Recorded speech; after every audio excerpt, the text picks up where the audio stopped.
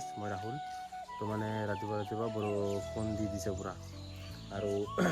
জলকীয়া গছত পানী দিব আহিছিলোঁ চাওঁ যে বৰষুণে পূৰা পানী দি দিছে দিয়া দৰকাৰে নাই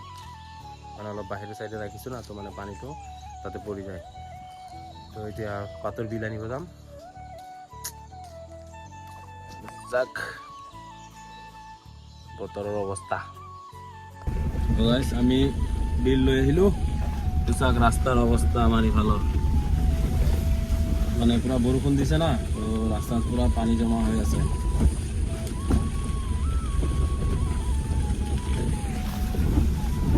আমি এতিয়া মানে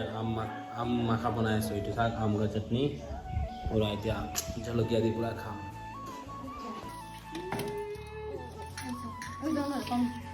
আমাৰ আম মাখা হৈ গ'ল এইটো চাওক পুৰা চাটনি এই আমাৰ খোৱা মানুহ দাঁতটো অলপ দেখাই দিয়া তোমাৰ তাৰ দাঁতটো খাতৰা হৈ আছে এতিয়া আগফালৰ দুটা নাই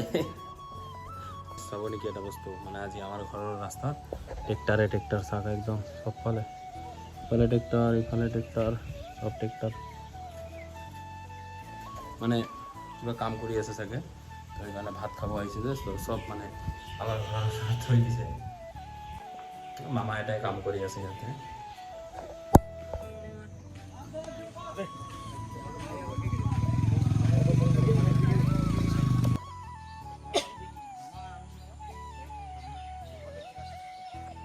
মানে লগৰ এজন আহিছিল চকলেট পুলি ল'ব তো তাক মানে চকলেট পুলি লৈ দিলোঁ ই লৈ গ'ল তো মই এতিয়া অলপ চকৰ ফালে যাওঁ তাতে মানে খেলা হৈ আছে না তো এতিয়া বলক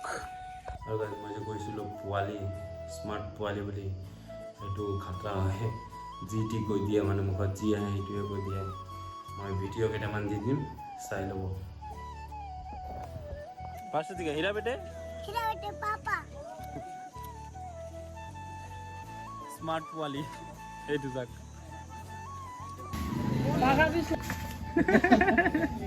আমি এতিয়া গৈ আছোঁ মাহীহঁতৰ ঘৰত মানে ভাত খাব মাতছে তো সেইটো হয় মাহীৰ ঘৰ মানে ভাত চাত খাই আহিলোঁ মাছীহঁতৰ ঘৰৰ পৰা তো মানে এতিয়া